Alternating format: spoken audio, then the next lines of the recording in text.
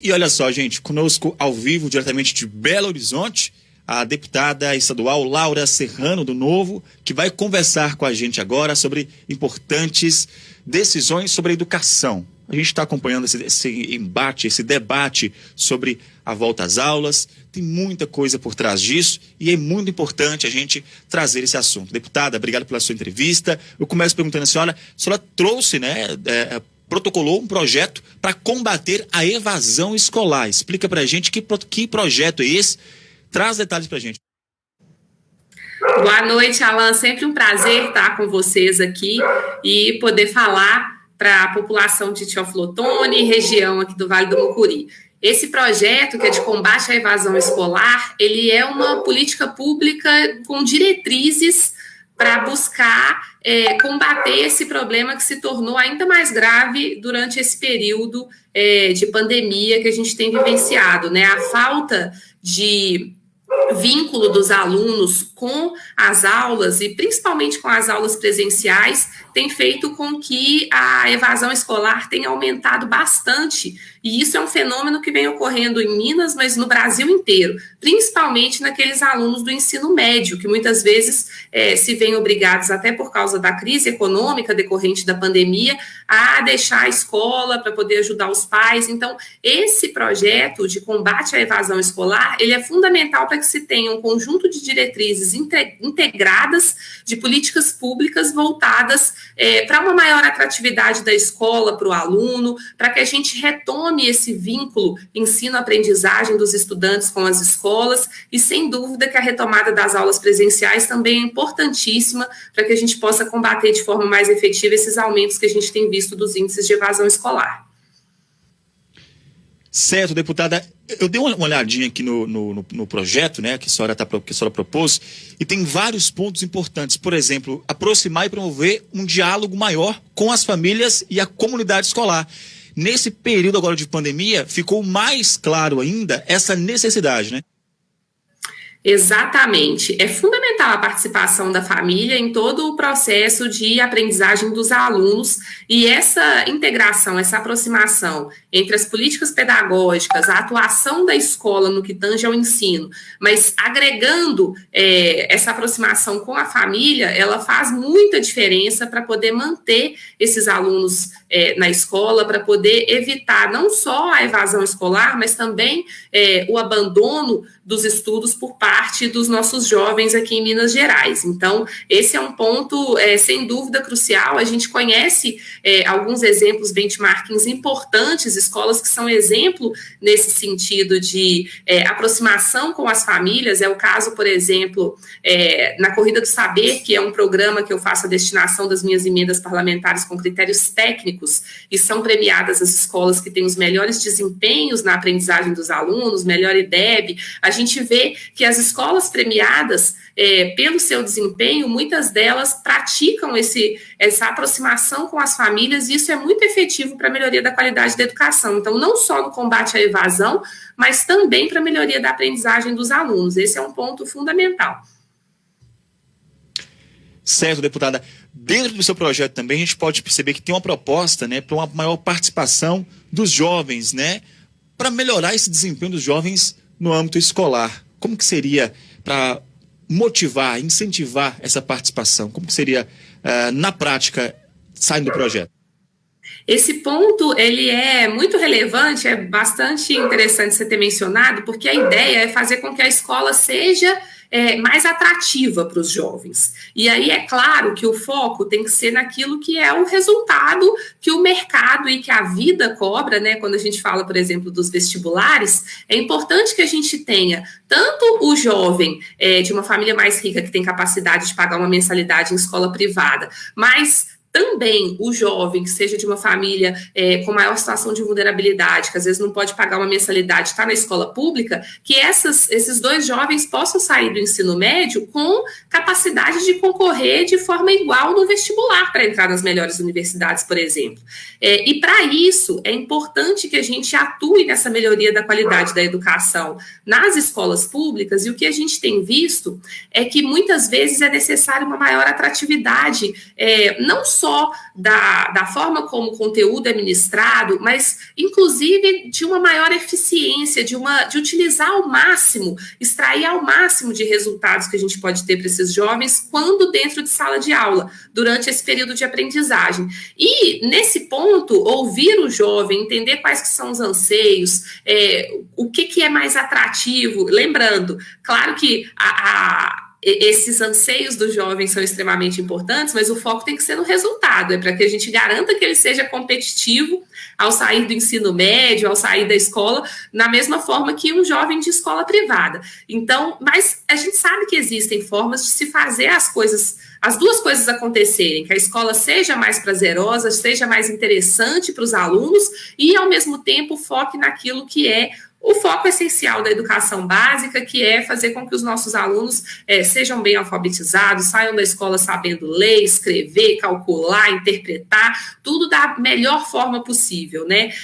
Eu digo que a gente não pode reduzir as expectativas que a gente tem para a educação pelo fato da escola ser pública. É preciso que a gente tenha as mesmas expectativas que a gente tem com as escolas privadas, a gente tenha também na escola pública, porque ela não é de graça. Todos nós pagamos através dos impostos e é fundamental que os jovens de escola pública também tenham essas oportunidades. Então, esse projeto ele busca isso, esse protagonismo dos jovens no sentido de verificar o que é mais interessante, o que é mais atrativo, mas sempre com foco na vida real, com foco no mercado de trabalho, com foco no que vai ser enfrentado aí pela frente.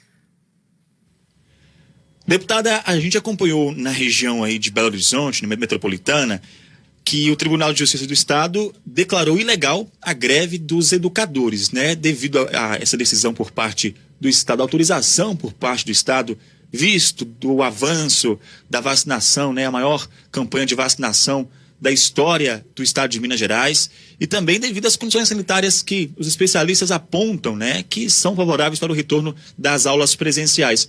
Alguns servidores, nós noticiamos aqui essa notícia também, alguns educadores decidiram entrar em greve, né, educadores estaduais, na região de Betim. Como que a senhora analisa, avalia essa situação? A decisão do tribunal foi acertada? Eu acredito que toda decisão que é em prol da educação como essencial é extremamente acertada, né? Independente de espectro ideológico, a gente vê que todos os políticos sempre falam da importância da educação.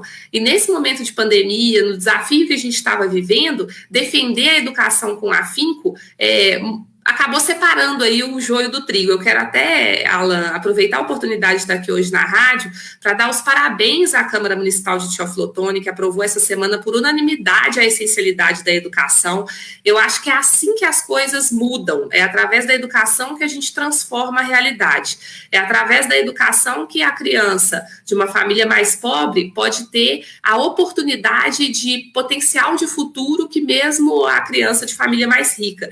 Então, quando a gente fala em reduzir desigualdades, em dar mais oportunidades para as pessoas, é através da educação. Então, assim, fundamental, é importante que ela seja considerada e definida como essencial. A decisão é bastante acertada no sentido de que a gente vê hoje que os indicadores epidemiológicos, eles têm tido uma melhora importante.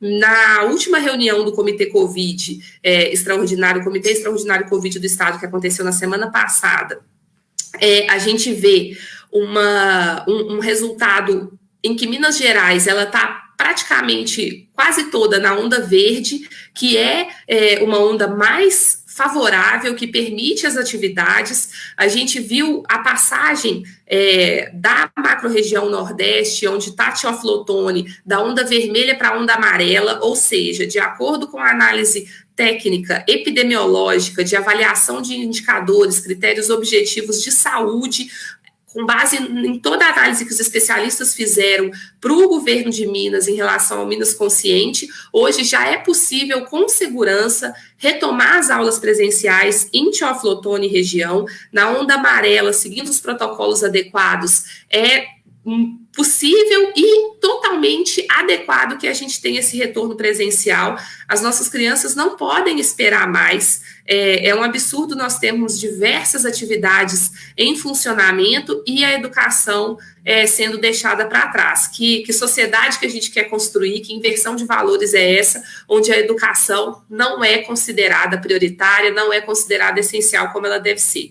Então, fico muito indignada quando eu vejo greve de professores que colocam como justificativa uma greve sanitária, porque hoje a gente sabe, inclusive, que os professores foram priorizados na vacinação para que pudesse ter esse retorno seguro. As crianças, elas têm menor carga viral, portanto, um professor ele tem uma chance muito maior de se contaminar num supermercado, num shopping, do que dentro de sala de aula.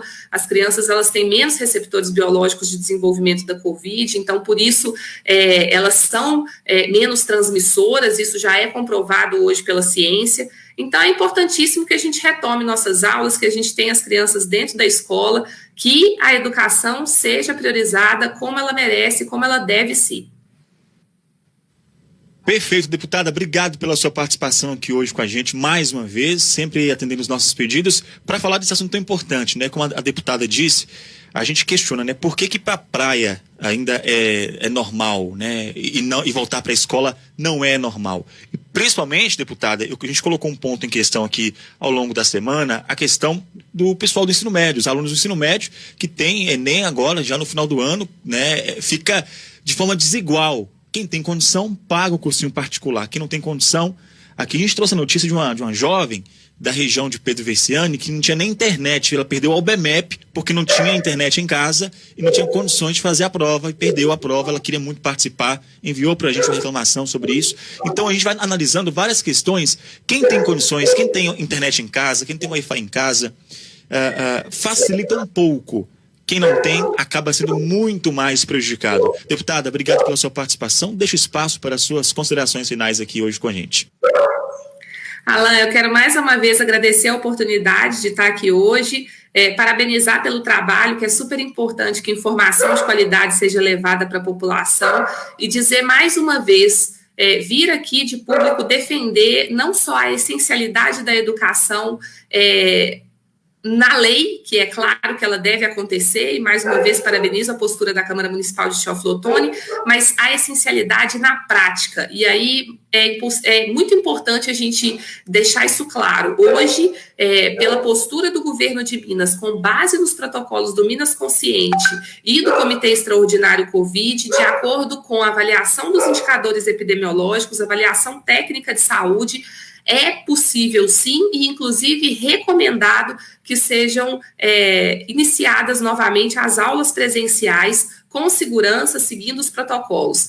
Hoje, então, é uma decisão que cabe à prefeitura, ao prefeito de Teófilo Otoni, para que a gente tenha essas aulas retomando e para que a gente tenha nossas crianças de volta na escola. É importante essa mobilização da sociedade para que a gente priorize a educação da forma que ela deve ser priorizada, não só no discurso, mas na prática, porque o futuro das nossas crianças depende disso. Obrigada, Alan.